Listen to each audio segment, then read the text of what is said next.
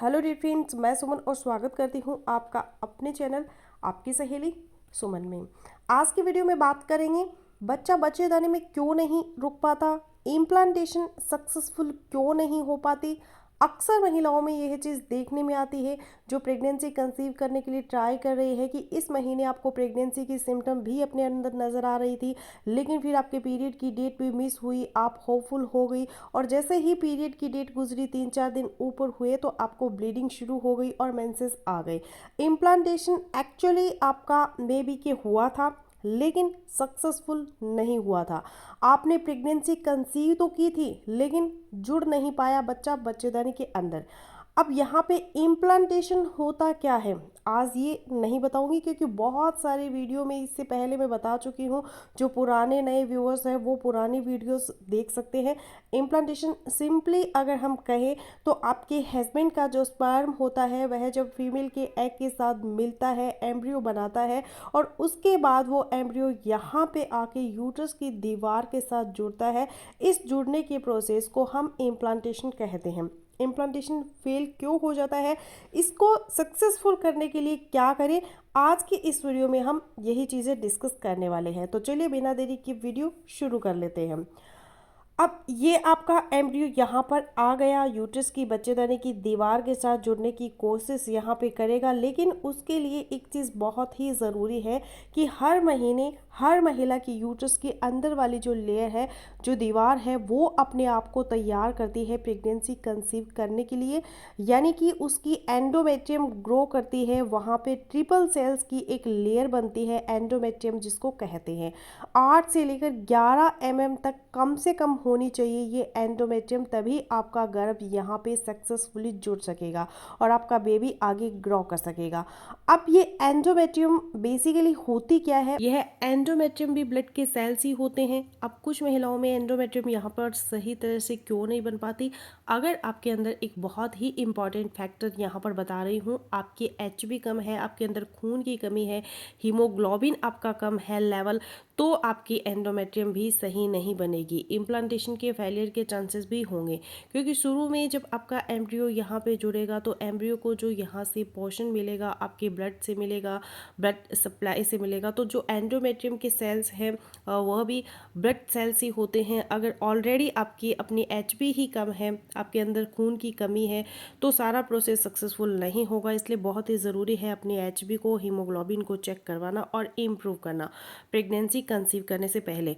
Ideally pregnancy plan करने से पहले आपकी हीमोग्लोबिन 11 पे होनी चाहिए कम से कम। अगर इससे कम है तो प्रेगनेंसी अभी कंसीव ना करें, प्लान ना करें। पहले अपनी HB को बढ़ाए 11 पे लेके आए। उसके लिए आप अपने डॉक्टर से एडवाइस करके आयरन के और B कॉम्प्लेक्स के सप्लीमेंट्स ले सकते हैं और उसके साथ साथ अपने डाइट पे फोकस करें। स्पेशली कुछ चीज़ें अनार, गाजर, चुकंदर और स्ट्रॉबेरी, ये चीज़ें किसी न किसी कंडीशन में जूस के तौर पे या फिर सैलेड के तौर पे अपने डाइट के अंदर डेली बेसिस पे शामिल रखें। एंडोमेट्रियम को भी ग्रो कराने में हेल्प करेगी ये चीज़ें और आपके आयरन का लेवल भी पूरा होगा। अब दूसरी इंपॉर्टेंट चीज़ यहाँ पर डिस्कस कर लेते हैं। अब जैसे ही आपका एम्ब्रियो यहाँ पर जुड़ता है, इम्प्लांटेशन होती है, उसके बाद आपके एम्ब्रियो के अंदर रैपिड सेल डिवीज़न होती है, उसके सेल तेज़ी से डिवाइड होते हैं, एम्ब्रियो आपका तेज़ी से ग्रो करता है और यहाँ पे आपके एम्ब्रियो की रैपिड सेल डिवीज़न के लिए एक चीज़ बहुत ही ज़रूरी होती है और वो है फोलिक एसिड।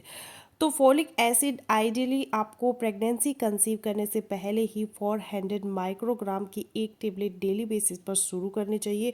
वो ना सिर्फ आपके एम्ब्रियो को यहाँ पे इम्प्लांट करने में और उसकी रैपिड सेल डिवीज़न में हेल्प करेगी, अर्ली मिसकैरेजेस में भी फोलिक एसिड आपको बचाएगा। साथ ही साथ जो कंजेनिटल बर्थ डिफेक्ट होते हैं वो भी नहीं होंगे, तो फोलिक एसिड भी ज़रूर लें। अब तीसरी इंपॉर्टेंट चीज़ यहाँ पे डिस्कस कर लेते हैं और वो है एक हार्मोन जिसको हम कहते हैं प्रोजेस्टेरोन।